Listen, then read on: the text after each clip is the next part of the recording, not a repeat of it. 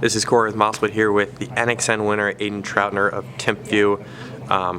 Phenomenal finish. Obviously, there were a lot of things written about other guys. You weren't really on the radar. So how does it feel to sort of like beat all the odds and sort of, get this win?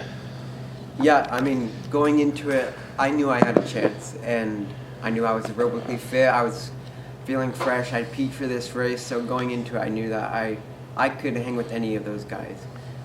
So that's what was my plan going into the race, and I executed the plan and turned out well. So, can you describe, how this race unfolded?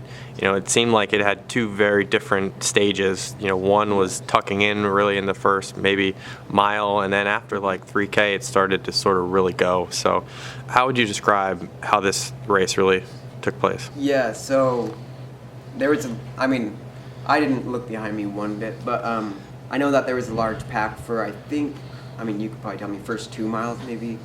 I don't know.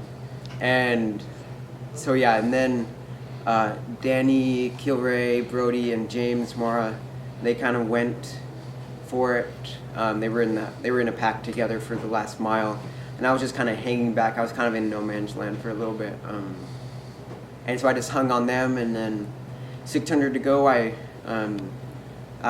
heard someone say 600, and I went for it.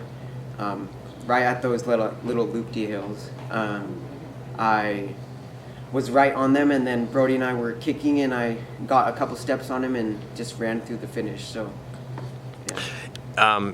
You mentioned how you didn't turn around, you didn't see people around you. So the idea of focus for you today, can you describe what focus really means and what it meant today on this course? Yeah, just like kind of get rid of the outside things. Don't worry about.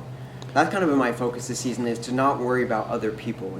Just don't worry about other people, how other people race in other states, and don't worry about what other people think of you. Just go out there, put in the work, and you'll do. And I knew I could, do well. So that was my plan, and that was just how I was going into this race. So I just was kind of focusing on just when I wanted to go, when I wanted to kick it. So yeah.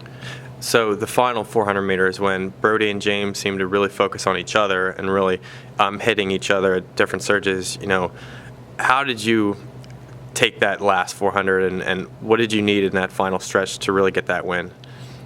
Yeah, so just on that last little bit, I just was thinking, I've done this in workouts, last 800 in repeats and interval training. This is what I do.